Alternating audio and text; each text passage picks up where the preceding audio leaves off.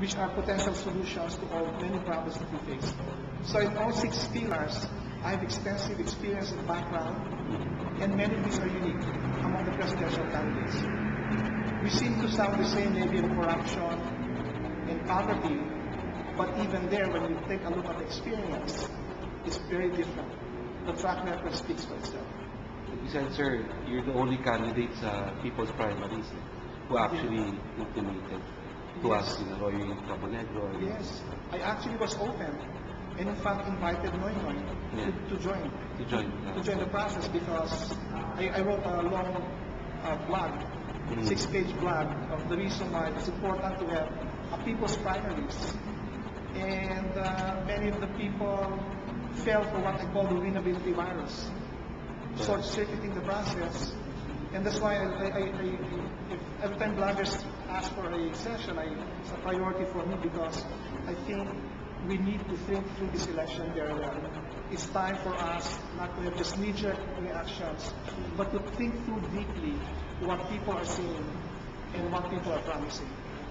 And mostly, of course, examine the past track record. Very kasi na sila. Yes. Oh, sure. Okay. We have time. Yes.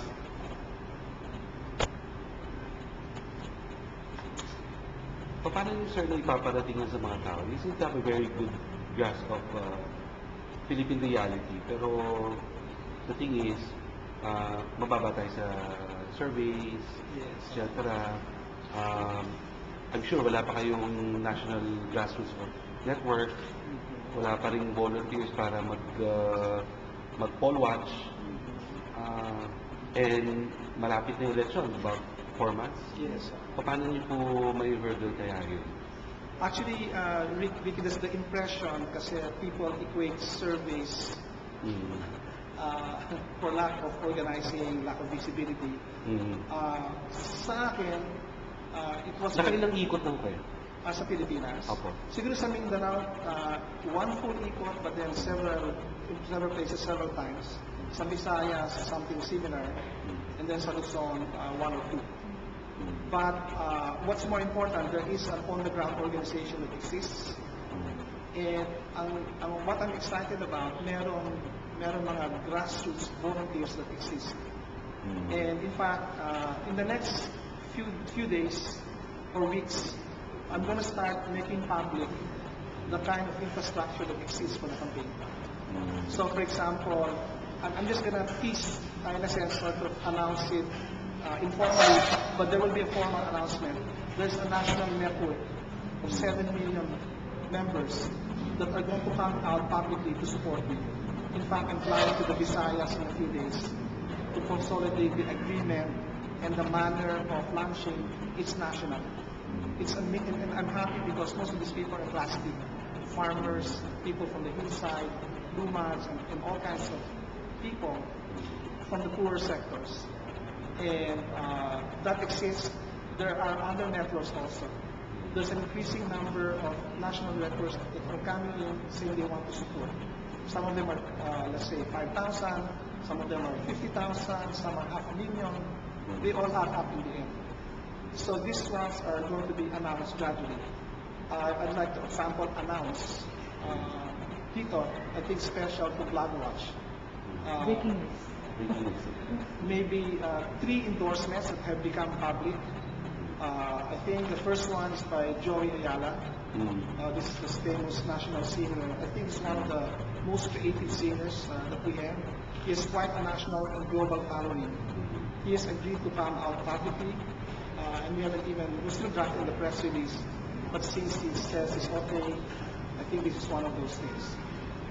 Recently, we've also got the support of the Partido Kanikasa, Yes, national in network, Arroyo Cabonegro.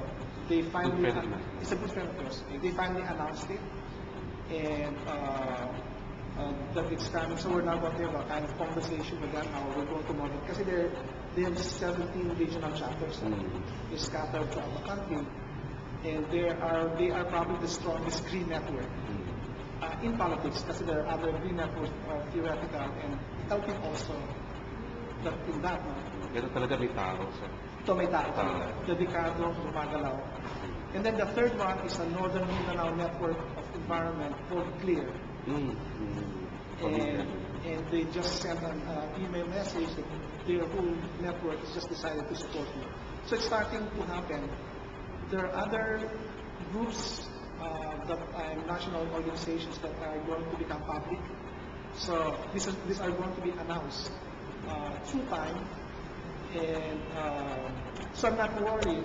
In fact, the COMELEC disqualification really did us a favor, because people who really felt something different was going to happen in 2010, whether they supported me or not, were really pissed off. They were really angry. And a lot of those who were fence-sitting have started to support us. Because now they feel that we were carrying, in a sense, the burden of new politics to the point of being willing to be disqualified just for a principle. And this is the mark. This is the mark of the government and the governance that we will be introducing. We are willing to take risks. That's why we say 100 days. One of the things that I want to really demonstrate in the first 100 days, to demonstrate political will, I'm going to get rid of corruption in the BIR and the Bureau of Customs within 100 days. People say it's impossible. I know it's possible to do it. I've dealt with the Bureau of Customs, and I know how to straighten it up. And then also within the first 100 days, we're going to remove all the gross smoke belching that's happening in Metro Manila, just to demonstrate the new government. When I was driving here to Bloodwatch, I couldn't believe that buses and jeepneys with clouds of black smoke are still allowed to fly in violation of law, just because these people have connections with the military or the regulators. That's going to be a no-no in a government that I will install. And kasi at the end of the day, and this is what I mentioned in the last presidential forum, at the end of the day, we will say all of these things, but people should determine who really have the political will, who really have the political will in the track record. And then, so that they will not be surprised that in the first 100 days, there are going to be really drastic messages to demonstrate that a new political will has incarnated in this country by virtue of millions of Filipinos wanting something really different. It's not just one person. That's why one of our slogans is tayong lahat, ang magbabagong Pilipinas. Because I totally believe that it's by mobilizing all these people with goodwill will we be able to change this country. Perlas, sir, paano kung dayain kayo sa election? Okay. At this point, we are going to be, okay, when we formalize these alliances, then we will have watchers, although they will not be part because they have no party.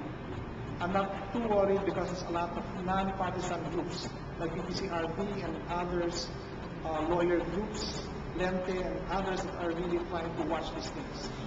So, but we will have presence there and help supplement this in this case. And in that connection, Ricky, I for one have been very vocal since the very beginning that we are in danger also of having an electronic Garci. So I don't want to lull people, and this is where I separate from some presidential candidates who totally believe in automatic elections. While I believe in the intention, we need to take a closer look of stopping the potential rapid cheating that automation can bring, especially in the way these things are summed up. In Germany and in the Netherlands, they just really basically repealed the automation law. They went back to manual counting because a high school student was able to hack into the system. So how do we prevent hacking? How do we prevent pollution? And right now there are actually active IT groups, citizens that are trying to solve this problem. Because and this is the beauty of 2010. And that's why it's right for new candidates, because there are so many